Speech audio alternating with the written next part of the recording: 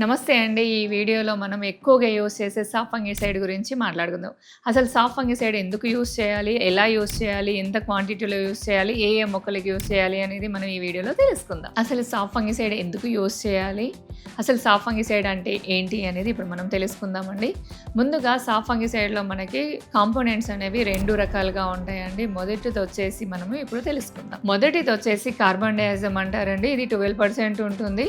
అయితే ఇది ఎలా పనిచేస్తుందంటే మొక్కలో ఉన్న ఫంగస్, మొక్కకి ఏ ఫంగస్ ఉన్నా అంటే లోపల నుంచి ఉన్న ఫంగస్ అనేది మొత్తం కంప్లీట్‌గా చంపేస్తుందండి.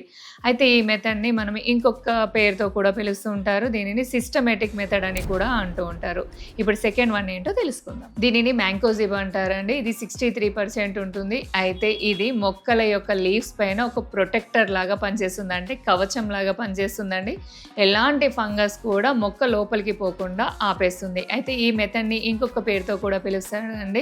అదొచ్చేసి కాంటాక్ట్ అంటారండి. ఇప్పుడు మనం సాఫ్ ఫంగిసైడ్‌ని ఎలా యూజ్ చేయాలో తెలుసుకుందాం. సాఫ్ ఫంగిసైడ్ అనేది మన అందరికీ తెలిసిందే అండి. ఇది కొంచెం లైట్ బ్లూ కలర్‌లో కనిపిస్తూ ఉంటుంది. అయితే ఇది మనము వాటర్‌లో కలిపినప్పుడు 1 లీటర్ వాటర్‌కి 1 గ్రామ్ మాత్రమే కలిపి మనం దాంట్లో మంచిగా షేక్ చేసుకొని ప్లాంట్ మొత్తం స్ప్రే చేయాలండి. అలానే సాయిల్‌లో కూడా ఇవ్వాలి.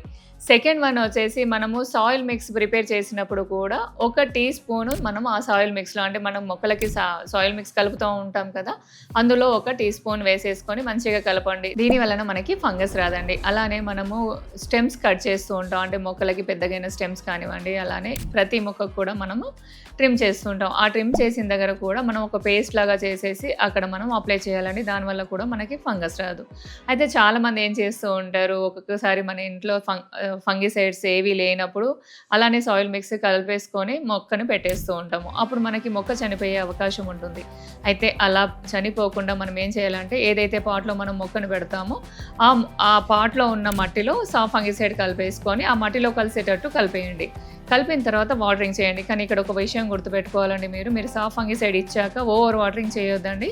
ఓవర్ వాటరింగ్ చేయడం వలన సాఫ్ ఫంగిసైడ్ అనేది మీకు డ్రైన్ అవుట్ అయిపోతుంది. మీరు ఇచ్చినా లాభం ఉండదు. కాబట్టి మీరు వాటర్ ఇచ్చేటప్పుడు కొంచెం తక్కువగా ఇవ్వండి. ఓన్లీ రూట్స్ వరకు అందేటట్టుగా. అప్పుడు మనకి ఫంగస్ రాకుండా ఉంటుందండి. సాఫ్ ఫంగిసైడ్ ఏ టైంలో ఇవ్వాలో ఇప్పుడు మనం తెలుసుకుందామండి. సాఫ్ ఫంగిసైడ్ వచ్చేసి మీరు నెలకొకసారి ప్రతి మొక్కకి ఇవ్వచ్చండి. అలానే మీకు మొక్క ఏదైనా డల్‌గా ఉంది, చనిపోతుంది, దానికి ఫంగస్ వచ్చిందని మీకు అనిపిస్తే మీరు వెంటనే కూడా సాఫ్ ఫంగిసైడ్ అనేది స్ప్రే చేయొచ్చు. సాయిల్‌లో కూడా ఇవ్వచ్చు.